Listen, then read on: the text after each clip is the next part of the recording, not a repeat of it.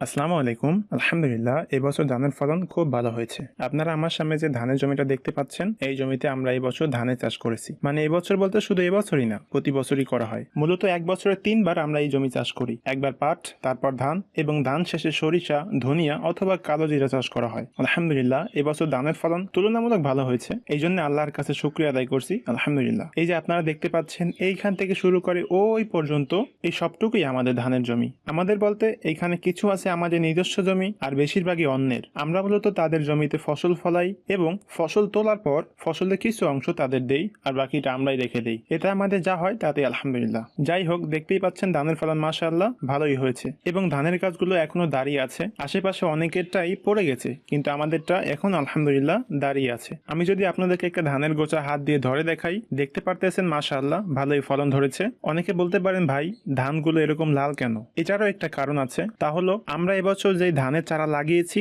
সেই ধানগুলো এরকমই দেখতে লাল টাইপের। তবে এবছরই প্রথম এ ধরনের ধানের চারা আমরা লাগিয়েছি, এর আগে কখনোই এরকম ধান লাগানো হয়নি। যাই হোক, দেখে মনে হচ্ছে ভিতরে চাউল ভালোই হবে। এখনো ধানগুলো পুরোপুরি পাকেনি, আরো প্রায় কমপক্ষে 1 সপ্তাহ লাগবে পুরোপুরি পাকতে। পুরোপুরি পাকার পরেই মূলত ধানগুলো কাটবো ইনশাল্লাহ। কাটা থেকে শুরু করে বাড়িতে নেওয়া, মারাই করা, সবই আপনাদেরকে ধাপে ধাপে দেখাবো ইনশাল্লাহ। আর দেখাতে না পারলে মনে কষ্ট নেবেন না প্লিজ, কারণ ভিডিও করা আমার পেশা না। এখন একটু ফ্রি আছি, তাই ভাবছিলাম ফ্রি টাইমটা আপনাদের সাথে ব্যয় করি। আজকে এখানেই বিদায় নিচ্ছি, ততক্ষণ পর্যন্ত ভালো থাকবেন। আসসালামু আলাইকুম।